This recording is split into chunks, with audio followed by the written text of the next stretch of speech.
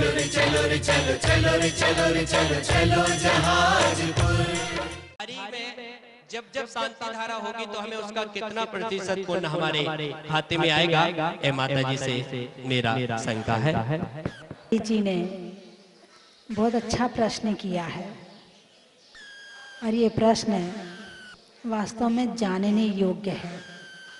हम धर्म के काम तो करते हैं मगर उसका क्या फल होता है हमें पता नहीं चलता है। यदि फल पता चल जाए तो काम भाव से होता है और ना पता चले तो काम में औपचारिकता रहती है। अरे भाई कह रहे हैं चलो दे देते हैं, अब कह रहे हैं नहीं देंगे तो अच्छा नहीं लगेगा। अरे सब लोग मंदिर जाते हैं हम नहीं जाएंगे मंदिर तो अच्छा नहीं लगेगा। अरे सब लोग सोनागिर जा रहे हैं हम नहीं जाएंगे तो अच्छा नहीं लगेगा। जा तो रहे हैं मगर अभी फल का पता नहीं है और फल का पता चल जाए तो फिर अंदर आह्लाद आता है, अंदर उत्साह आता है, रोम रोम पुलकित होता है। और जो ये रोम रोम पुलकित होता है ना, यही आपके कर्म निर्जरा का और पुण्य बंध का और मोक्ष मार्ग का कारण बनता है। जैसे पंडित जी ने पूछा कि प्रतिमा विराजमान करने का क्या महत्व है। प्रतिमा किसकी प्रतिमा? जिन भगवान की प्रतिमा। वो भगवान कैसे हैं? वीतरागी हैं, अनंत दर्शन, अनंत ज्ञान, अनंत सुख, अनंत शक्ति सहित हैं। और उस प्रतिमा के जब दर्शन होंगे तो उन दर्शन करने वालों के भाव कितने पवित्र होंगे, कितने पावन होंगे। और जब उन जो दर्शन करने वालों के भाव पवित्र हो रहे हैं तो उसके जो भावों की पवित्रता हो रही है किसके माध्यम से हो रही है? प्रतिमा के माध्यम से हो रही है। तो वो प्रतिमा किसने विराजमान करी है? निमित्त कारण वो बन रहा है। और निमित्त का भी पुण्य का बंध भी होता है और पाप का बंध भी होता है। तो जो प्रतिमा विराजमान करने वाले हैं, अक्सर जब भी जहाजपुर में और हमारे चंदाप्रभु भगवान को देखते हैं तो कई बार मन में विचार आता है वो कौन पुण्यशाली होगा जिसने इस प्रतिमा को विराजमान किया होगा। वो कौन पुण्यशाली होगा जिसने इस प्रतिमा की प्रतिष्ठा करी होगी। जब बाहुबली भगवान का नाम आता है गोमटेश्वर वाले, तब मन में विचार आता है कि वो चामुंड राय जो राजा था वो कितना पुण्यशाली है और उनकी माँ कितनी पुण्यशाली है कि माँ के निमित्त से बेटे ने प्रतिमा विराजमान करी, बेटे ने प्रतिमा बनवाई और आज लाखों हजारों करोड़ों लोग उनका दर्शन कर रहे हैं।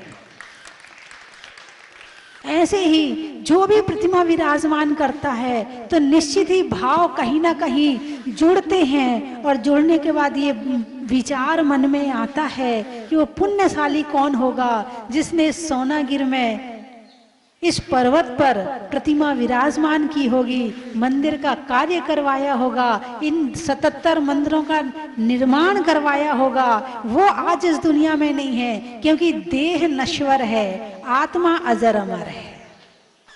देह नश्वर है और आत्मा अजर अमर है। इस देह से जो काम करोगे वो अजर अमर हो सकते हैं, देह अजर अमर नहीं हो सकती है। लक्ष्मी जो है वो भी नश्वर है लेकिन अच्छे काम में लगा दी जाए तो वो भी अजर अमर हो जाती है।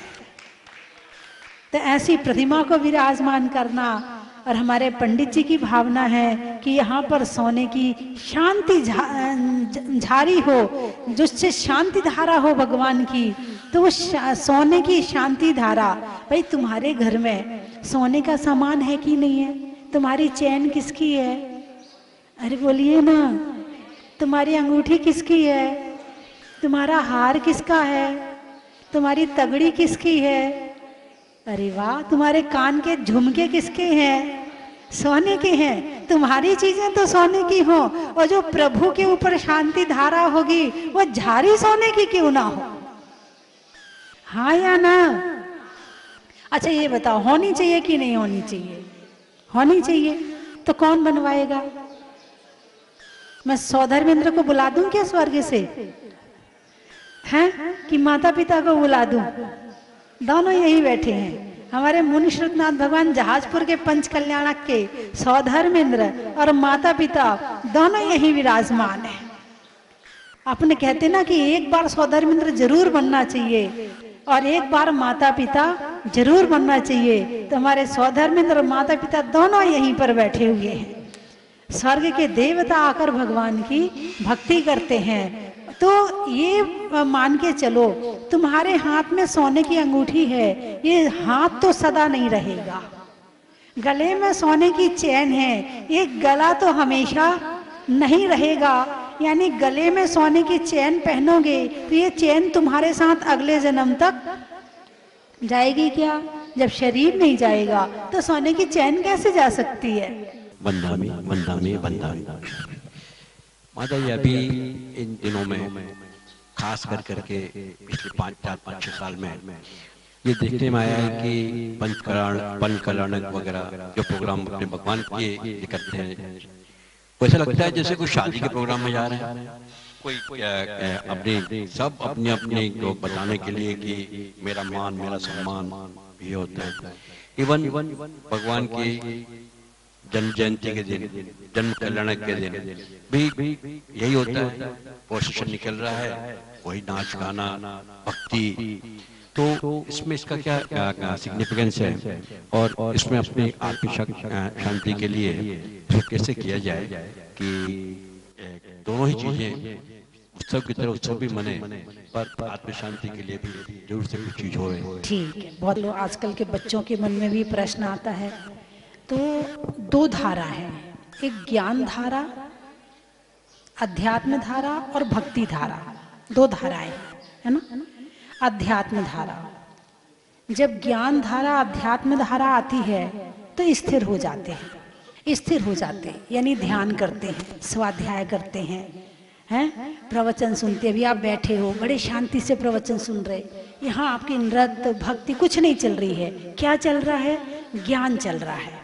ये हो गई ज्ञान धारा, अध्यात्म धारा। ये सीधे आत्मा की तरफ जाती है। यहाँ पर टेढ़ा मेढ़ापन कुछ नहीं है, यहाँ सीधे धर्म की तरफ अंदर सीधे जा रहा है। लेकिन आप कितनी देर कर सकते हो? मैं प्रवचन यदि 6 घंटा करूं, कितनी देर सुन सकते हो? 6 घंटे प्रवचन सुन सकते हो? आधा घंटा, आधा पौन घंटे के बाद लगता है बस हो गया, आप ज्यादा देर नहीं रह सकते।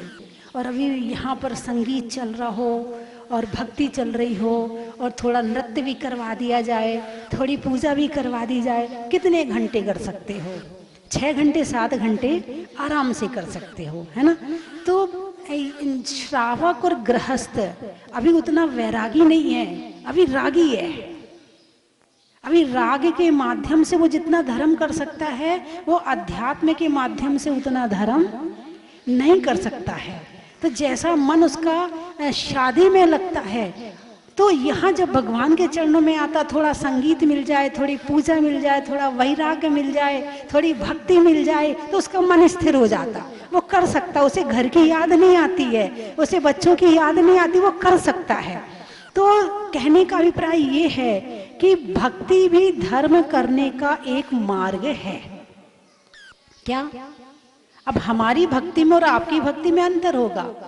हमें संगीत की जरूरत नहीं है, जब तक कनेक्शन नहीं जुड़ा है तब तक सारी चीजों की जरूरत है। जैसे एक बच्चा है, एक बच्चे से माँ ने कहा बेटा दवाई खा ले, तुझे बुखार आ रहा। मैं नहीं खाऊंगा। नहीं बेटा खा ले, तुझे तेरी तबीयत ठीक नहीं है। मैं नहीं खाऊंगा। अब माँ गोली लिए हाथ में घूम रही है, ठीक है। अब माँ ने क्या किया कि गोली को पेड़े में रख दिया। ले बेटा पेड़ा खा ले। क्या खा ले? पेड़ा खा ले। लाओ माँ। अब वो बाहर गया और बाहर जाके और उस पेड़ा खा लिया। लौट के आया, माँ ने पूछा बेटा पेड़ा खा लिया? हाँ माँ पेड़ा खा लिया, लेकिन उसमें एक गुठली थी, वो निकाल के फेंक दी।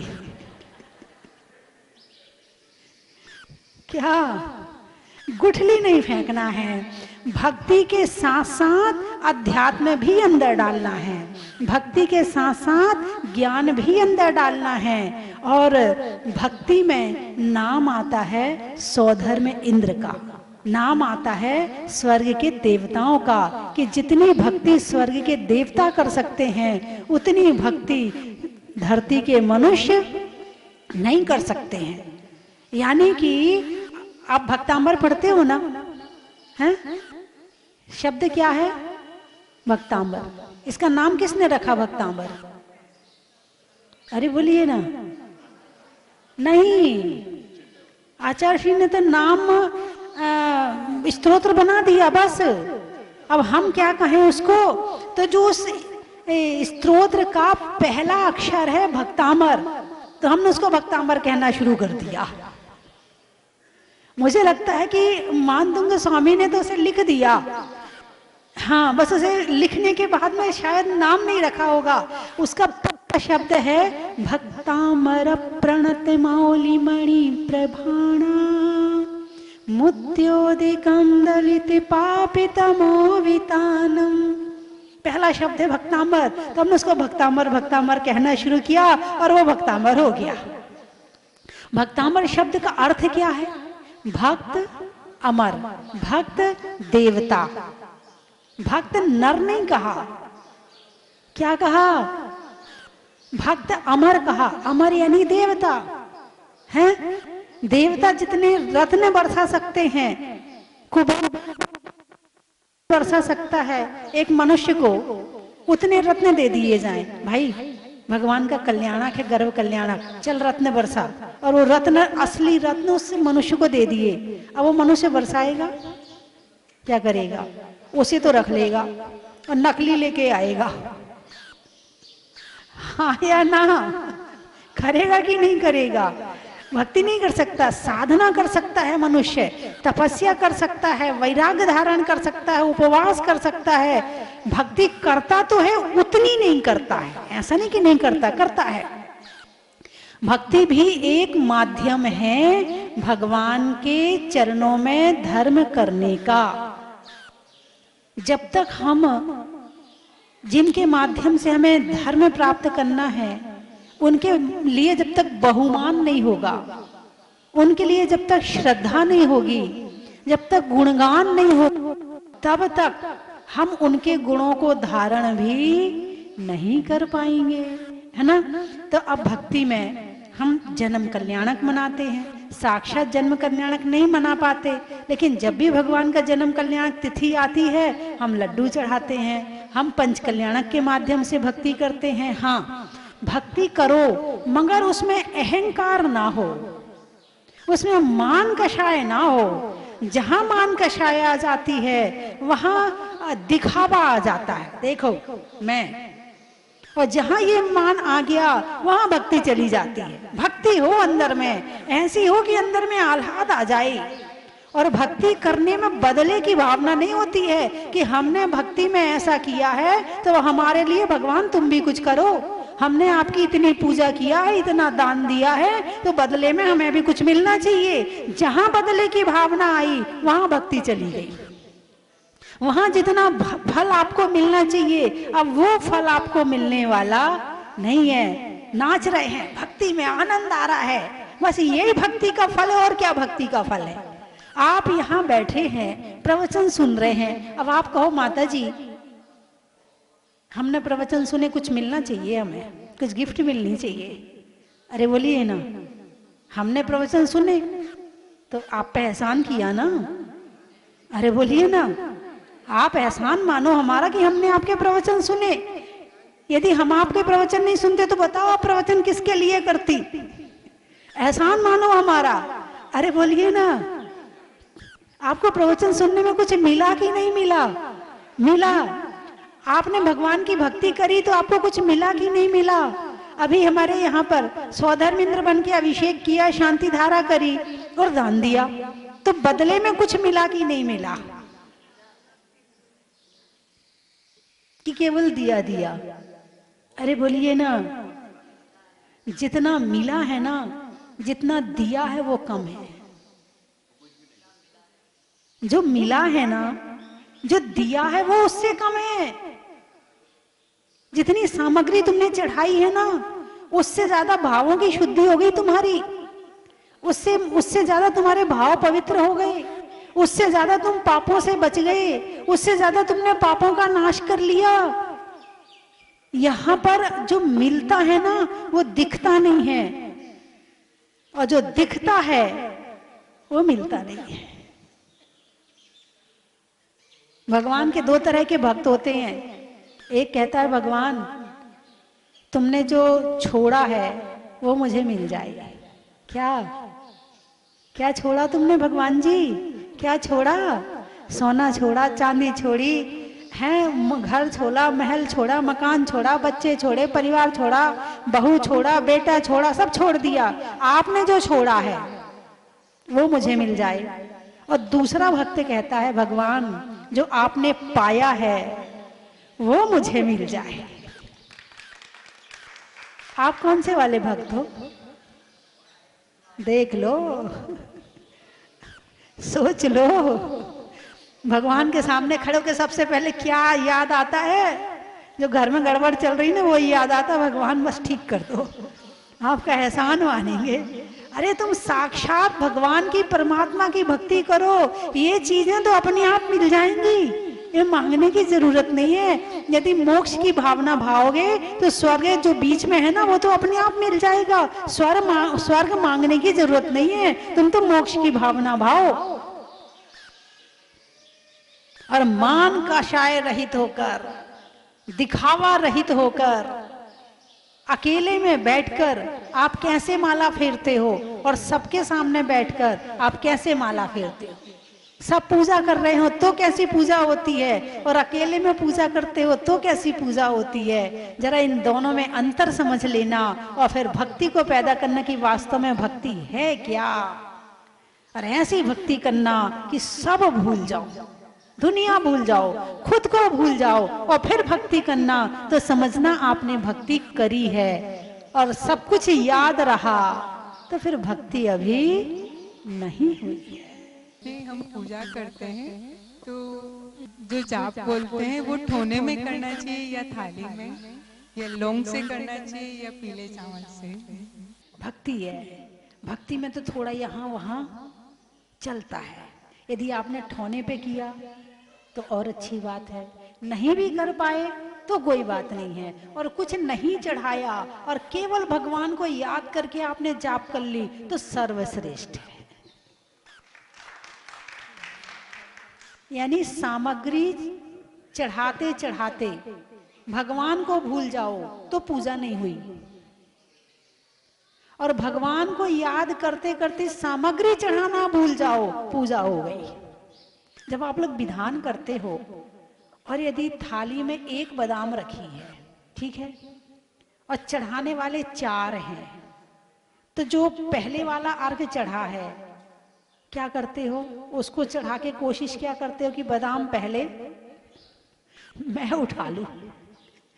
यानी भाव जो है वो लाइन में नहीं होते हैं, किस में होते हैं? बादाम में होते हैं। हम बादाम पहले पकड़ लें, पहले श्रीफल पकड़ लें, पहले मैं उठा लूं, मैं चढ़ाऊंगा। है आप ये सोचो कि बादाम चढ़ाने के लिए पूजा करी है या भावों की शुद्धि के लिए पूजा करी है? अरे बोलिए ना। भावों की शुद्धि के लिए मेंढक एक पंखुड़ी लेके जा रहा था और मृत्यु हो गई। कहाँ गया? चढ़ा भी नहीं पाया था, मुंह में दबी रह गई, चढ़ा भी नहीं पाया था। चढ़ाने का फल तो बाद में है, भाव का फल सामग्री किस लिए है कि तुम्हारा मन यहां वहां ना भटके, इसलिए सामग्री है। और मन भटक रहा है सामग्री में ही, और पूजा में नहीं आ रहा है मन, तो अभी पूजा नहीं हुई है। तो सबसे पहली बात है भाव। भाव श्रेष्ठ होना पूजा का फल है। तो यदि आप ठोने पर चढ़ाते हैं तो चढ़ा सकते हैं, कोई दिक्कत नहीं है, और कई बार थाली में चढ़ा लें तो भी कोई दिक्कत नहीं है ना। और हाँ, एक और बात याद आ रही है, जब लोग आहार देते हैं ना, तो जब साधु जूस लेते हैं तो हर व्यक्ति की कोशिश होती है जूस मैं दे दूं, तो एक बार मैंने पूछ ही लिया बाद में हार से लौट के, मैंने कहा ये जूस की गिलास के लिए लड़ाई क्यों कर रहे थे? बोले माता जी जूस देंगे तो जूस मिलेगा, पानी पानी देंगे तो पानी पानी मिलेगा। पानी के लिए कोई नहीं लड़ता है, जूस के लिए सब लड़ते हैं। मैंने कहा देना तो बाद में, पहले लेने के चक्कर में है ये। देने के भाव बाद में है, देने के भाव बाद में रखना, लेने के बाद भाव में रखना। भक्ति से दो कि इनकी सामायिक अच्छी हो, इनका ध्यान अच्छा हो, इनकी साधना अच्छी हो। हमारे यहाँ परिवार में सुबह सुतक लगता है तो हम मोबाइल के थ्रू जिनवाणी का पाठ करते हैं, तो हमें करना चाहिए कि नहीं? बहुत बढ़िया है। स्थूल है ना, एक होता है सूक्ष्म, जैसे जिनवाणी है तो स्थूल है, और मोबाइल है तो उसमें सूक्ष्म है। हालांकि है तो चित्र तो उसमें भी नजर आते हैं, अक्षर तो उसमें भी नजर आते हैं, लेकिन फिर भी यदि आपको लगता है कि ये सूक्ष्म चीज है और कर सकते हैं तो आजकल कर लेते हैं। लेकिन फिर भी जैसे 3 दिन की अशुद्धि हो, सुनिए, जैसे 3 दिन की अशुद्धि हो, उसी घर में सूतक पातक चल रहा हो, यानी बहुत ज्यादा अशुद्धि हो, तो मोबाइल में भी नहीं करना चाहिए। और फिर भी मान लो कहीं दूर का है, दूर का यानी घर में नहीं है, दूर में है, आपको लगता है कि नहीं ठीक ठाक है, ऐसे ज्यादा अशुद्धि नहीं है, तो आप कर सकते हैं। और यदि ज्यादा अशुद्धि हो तो 3 दिन में तो करना ही नहीं चाहिए। पंच कल्याणक में अपने गांव में माता पिता बना था, तो एक तो मैं पूछना चाहूंगा उसका क्या पुण्य फल मिलेगा, और दूसरा मैं आगे सौधर्मेंद्र बनना चाहता हूं तो क्या बन सकता हूं? सौधर्मेंद्र जो बन गया, अब उसे कुबेर भी नहीं बनना चाहिए, और जो माता पिता बन गया उसे सौधर्मेंद्र कुबेर नहीं बनना चाहिए, क्योंकि माता पिता अब सौधर्मेंद्र से बड़ी पोस्ट हो गई। सौधर्मेंद्र किसकी भक्ति कर रहा है? जिन बालक को माता पिता ने जन्म दिया है। सौधर्मेंद्र के लिए माता पिता पूज्य हो गए। सौधर्मेंद्र माता पिता के पैर छूता है, और फिर जो नियम संयम माता पिता ने ले लिया है, अब वो नियम संयम लेने के बाद में सौधर्मेंद्र कैसे बनेगा? क्योंकि सौधर्मेंद्र का कोई नियम संयम नहीं होता है, तो इसलिए वो सौधर्मेंद्र नहीं बन सकता है ना। अच्छा, माता पिता बनने के समय आपके भाव कैसे थे? उस समय परिणाम कैसे थे? आपको आह्लाद कितना आया? एक है कि साक्षात माता पिता बनना, और एक है कि पंच कल्याणक में माता पिता बनना। और उस समय ये महसूस नहीं होता है कि हम माता पिता नहीं हैं, हम नकली माता पिता हैं। जिस समय बनते हैं और जब भाव पूर्वक वो पंच कल्याणक होता है, तो उस समय ये महसूस नहीं होता कि हम नकली माता पिता हैं। यूं लगता है कि वास्तव में हम ही माता पिता हैं। जब जहाजपुर का पंच कल्याणक चल रहा था और जिस समय भगवान को वैराग हुआ, तो हमारी माता तो ऐसे बिलख बिलख के रोई थी जैसे साक्षात इन्हीं का ही पुत्र जा रहा। ये महसूस नहीं किया था कि हम माता पिता ने, वो मेरा बेटा नहीं है। यूं लग रहा था नहीं वो मेरा बेटा है और वो दीक्षा लेने जा रहा है। उनके आंखों में तो अभी भी आंसू आ गए। और हमारे पिता जो मुंशीनाथ भगवान के पिता बने थे, वो भी वास्तव में बिल्कुल उनके आह्लाद था कि वो हम वास्तव में भगवान के माता पिता हैं। और जब ऐसी अनुभूति आती है अंदर में, तो ये फीलिंग कहीं ना कहीं कभी ना कभी उस साधना की तरफ ले जाती है, और कभी ना कभी माता पिता बनाती है। और जो भगवान के माता पिता होते हैं वो भी एक भवातारी होते हैं, वो भी सामान्य मनुष्य नहीं होते हैं, एक भवातारी होते हैं। इस जन्म में वो माता पिता हैं, अगले जन्म में वो स्वर्ग जाएंगे, वहां से आएंगे, फिर मनुष्य बनेंगे, और मनुष्य बनकर दीक्षा लेंगे और मोक्ष चले जाएंगे।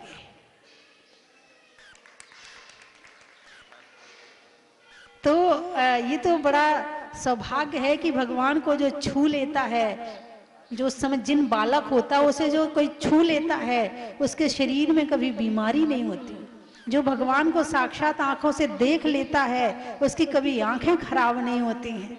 जो भगवान के वचन कानों से सुन लेता है उसके कभी कान खराब नहीं होते हैं, उसका जीवन धन्य हो जाता है। ऐसे जिन भगवान का जो अभी पंच कल्याणक, हम भले पंच कल्याणक इस तरह से करते हैं लेकिन ये पंच कल्याणक भी सम्यक दर्शन में कारण है, और ये सम्यक दर्शन हमारे मोक्ष में कारण है। प्रश्न है कि जो 40 पढ़ते हैं तो 40 बार ही क्यों किया जाता है, उससे क्या फल मिलता है? कहना चाहिए एक, अब इसको एक शुद्ध भाषा में कहें तो एक टोटका समझ लो इसको, कि 40 लाइन में भगवान की इतनी भक्ति हो गई है और उसे यदि 40 बार करी जाए तो जो आपके मन में वांछा है, जो भावना है, वो पूरी हो जाती है। उतना पुण्य उस 40 बार को पढ़ने से इकट्ठा हो जाता है। का जीवन में धर्म का, छोड़ने में अशन का, त्याग करने में व्यसन का और करने में प्रशन का, खेत में धान का, शादी में पान का और होने वाले शंका समाधान का, चावल में चुनने का, बुनाई में बुनने का और आपके बड़े शांति से सुनने का, वृक्ष में लता का, घर के पता का और आज आने में माता पिता का, स्वर्ग में इंद्र का, करने में जय जिनेन्द्र का और आज आने में स्वधर्मेंद्र का। हाँ बता रही हूँ, मुझे याद है। महीनों में मई का, रजाई में रुई का और आने वालों में मुंबई का, करने में बेला का, होने में अकेला का और आने वालों में राउल केला का, पानी में मगर का, चलने में डगर का, आने वालों में इंदौर सुदामा नगर का, रिश्तों में नानी का, पीने में पानी का, आने वालों में सिवनी का, रायपुर, गाने में सुर का, नृत्य में नूपुर का, आने वालों में रायपुर का, गणित में वर्ग का, गोत्र में गर्ग का और आने वालों में दुर्ग का, देपालपुर, रिश्तों में ससुर का, देवों में असुर का, आने वालों में देपालपुर का, इतवारिया बाजारी तो इंदौर। अरे भगवान, इतना बड़ा एड्रेस दे दिया तुमने तो। आम की बौर का, खाने में कौर का, आने वालों में इंदौर का, बनेड़िया, अच्छा, वस्तुओं में बढ़िया का, चैन में कड़िया का और आने वालों में बेड़िया का, धैर्यवत, होने में गदगद का, सरस्वती मंत्र में बदवत का और आने वालों में धैर्यवत का। कौन सा पुर? उदयपुर, पशुओं में खुर का, गाने में सुर का, आने वालों में उदयपुर का, हटा, अच्छा, सावन की घटा का, रसोई में पटा का और आने वालों में हटा का, सुनने में ईयर का, छोड़ने में बियर का और आने वालों में ग्वालियर का, कुंदा, घर में दादा का, करने में बादा का, आने वालों में कुंदा का, सलुम्बर, धरती के लिए अंबर का, धर्मों में दिगंबर का और आने वालों में सलुम्बर का, पलासिया, राम की सिया का, सावन में बिया का और आने वालों में पलासिया का, भोजन में दाल का, सिर पे काले बाल का और आने वालों में भोपाल का,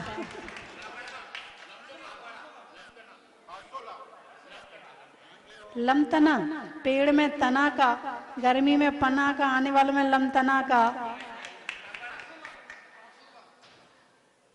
पारसोला, चढ़ाने में गोला का, सब्जी बाजार में झोला का और आने वालों में पारसोला का, त्रियंचों में बिल्ली का, डंडा में गिल्ली का और आने वालों में दिल्ली का।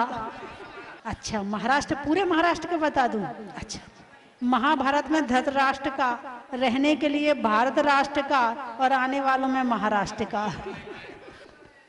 आप लोगों ने धरती पर नारी का, धरती पर नारी का, आने में बारी का और बनने में सोने की झारी का।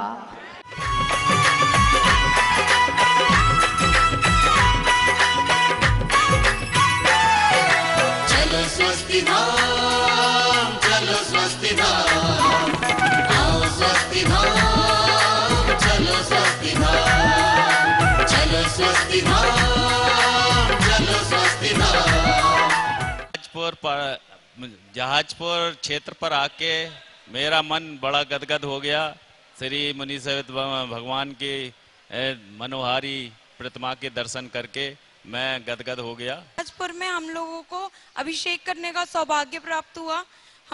हमारे पापा ने अभिषेक किया, हमको बहुत अच्छा लगा, हमारा नाम आया और उसके बाद हमने क्या बोलते हैं इस दान राशि में भी अपना सौभाग्य प्राप्त कराए। हमको बहुत खुशी हो रही है। साल पहले ही मैं यहाँ आ चुका हूँ। इस साल लास्ट ईयर भी मैंने अभिषेक भी किया, आरती भी की थी शाम के समय। उस समय से लेकर आज तक मेरा दिल ऐसा बोल रहा था कि एक बार वापस जाके आए, और भगवान ने मुझे यहाँ बुला ही लिया। आज उनका अभिषेक करके मैं गदगद हो गया हूँ। मुझे ऐसा लग रहा है मैं सब कुछ पाकर खुश हो गया हूँ एकदम। आज गदगद हो गया मेरा दिल एकदम। मेरे पति संदीप जी बरजाते, इनका आज जन्मदिन है और उनको आज जन्म करने का सौभाग्य प्राप्त हुआ। संदीप जी बरजाते, इनका आज जन्मदिन है, उनको आज जन्मदिन के तौर पर कलश करने का सौभाग्य प्राप्त हुआ। इसलिए हम सब परिवार धन्य धन्य हो गया। मैं सब परिवार की ओर से सबका धन्यवाद करती हूँ। भगवान की 24 तीर्थंकर भगवान की श्रद्धा में श्रद्धालु जनों, आज दूसरी बार अवसर इस क्षेत्र पर पधारने का मुझे प्राप्त हुआ है। मेरा सौभाग्य है। प्रथम बार जब आया था तो एक कामना भाकर के गया था कि हे प्रभु, हे नृसिंहनाथ भगवान, बस ऐसी कृपा बनाए रखना कि शीघ्र से शीघ्र दोबारा आपके दरबार में आऊं। मेरी मनोकामना आज वह पूर्ण हुई। आज यहाँ पर हम पूरी बस लेकर के मुजफ्फरनगर उत्तर प्रदेश से यहाँ पर आए हैं। सभी ने बड़ी भक्ति भाव से पूजन प्रक्षालन शांति धारा यहाँ पर हमने की है। यह सौभाग्य हमें मुख्य शांति धारा करने का हमारे परिवार को प्राप्त हुआ है। संजय जी मेरे साथ हैं, दोनों भाइयों ने मिलकर के हमने शांति धारा यहाँ पर की है। और जिस समय मैं आया था कमरे में कोई भाव ऐसे नहीं थे कि आज मुझे कोई बोली लेनी है या प्रक्षाल करना है, शांति धारा करनी है।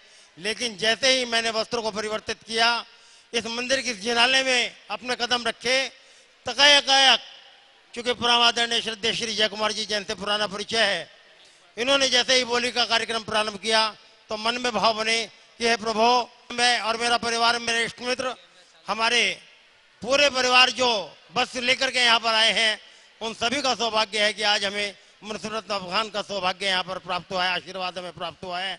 इन्हीं भक्ति भावों के साथ भगवान जी की श्री चरणों में शत शत नमन और परम पूज्य माता जी को बारंबार वंदनामी करते हुए अपने शब्दों को विराम देता हूँ। और पंडित जय कुमार शास्त्री जी का बहुत बहुत आभार व्यक्त करता हूँ कि उन्होंने अपनी वाणी के माध्यम से मेरे अंदर वे भाव जागृत किए और मुझे भी अवसर प्राप्त हुआ है। धन्यवाद। बनता और नमोकार तीनों जगह ठेकेदारी का काम करता हूँ, लेकिन यहाँ जहाजपुर का जो काम हुआ है वो बहुत ही क्लासिक और बहुत ही अच्छा हुआ है। यहाँ आके मुझे बहुत ही आनंद महसूस हुआ कि काम बहुत ही उच्च कोटि का हुआ है। बंदा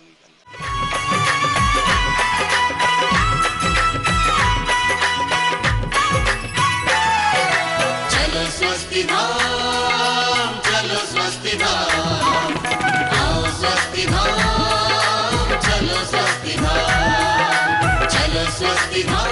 चलो स्वस्ति धाम, चलो स्वस्ति धाम, चलो स्वस्ति धाम, चलो स्वस्ति धाम, मन चाहे होते सारे काम, चलो स्वस्ति धाम, चलो स्वस्ति धाम।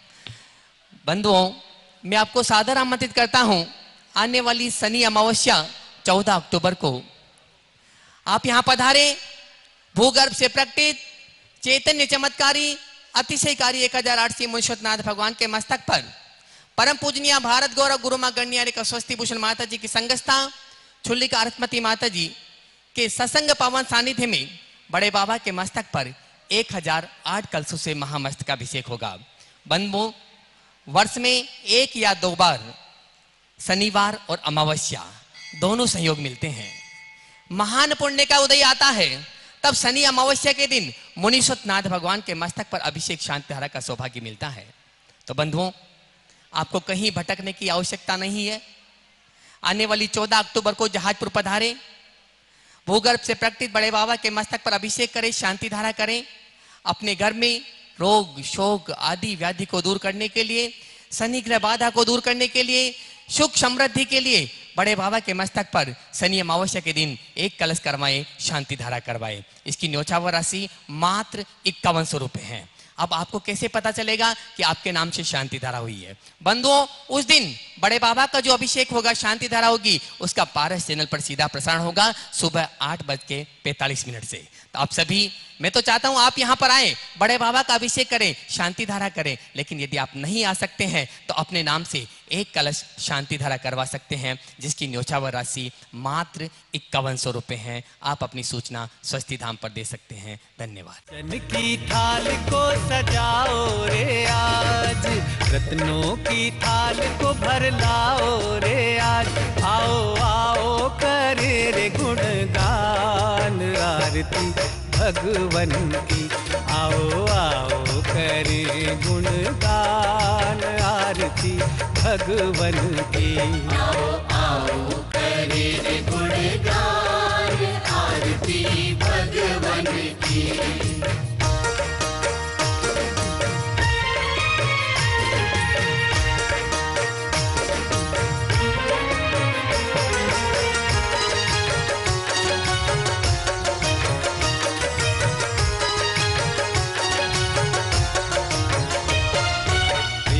सुमित्र के राज दुलारे, माँ पद्मा जी के नैनों के तारे।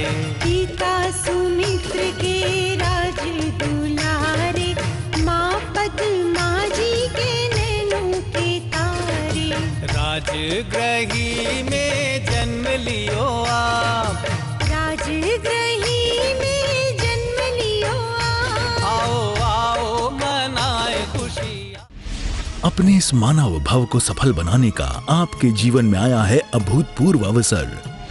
स्वस्ति धाम प्रणेत्री परम विदुषी लेखिका भारत गौरव आर्यका श्री स्वस्ति भूषण माता जी की पावन प्रेरणा एवं मंगल आशीर्वाद से मध्य प्रदेश की धन्य धरा पर स्थित सिद्ध क्षेत्र सोनागिर के पवित्र पर्वत पर बन रहा है भव्याति भव्य सहस्त्रकूट जिनालय।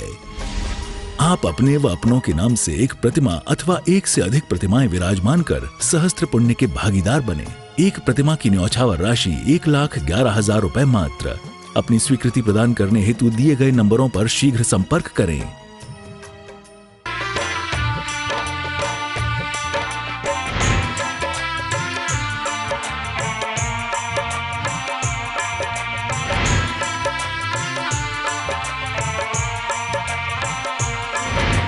चलो रे चलो रे चलो चलो रे चलो रे चलो चलो जहाजपुर।